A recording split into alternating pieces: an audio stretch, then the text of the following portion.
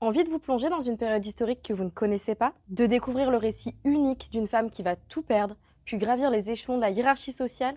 Alors, j'ai le manga idéal pour vous. Salut tout le monde, c'est Chloé de la chaîne Complément Shoujo, et on se retrouve pour parler de Jadugar, un manga créé par Tomato Soup. Mais avant de vous dire pourquoi je trouve ce titre intéressant, laissez-moi vous faire un petit résumé. Au XIIIe siècle, dans l'actuel Iran, Sitara mène une vie ordinaire d'esclave. Cependant, sa vie va être bousculée par l'attaque d'une troupe mongole qui ravagera sa ville.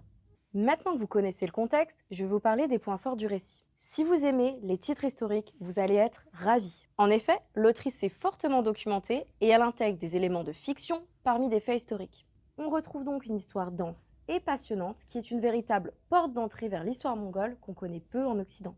Mais j'ai aussi beaucoup aimé le fait que l'autrice accorde une importance particulière à ses personnages féminins. Nous suivons une héroïne, mais aussi toutes les femmes qui gravitent autour d'elle. L'histoire étant principalement racontée du point de vue des hommes, c'est donc un angle particulièrement pertinent à aborder. Enfin, j'ai adoré le style graphique unique de Tomato Soup.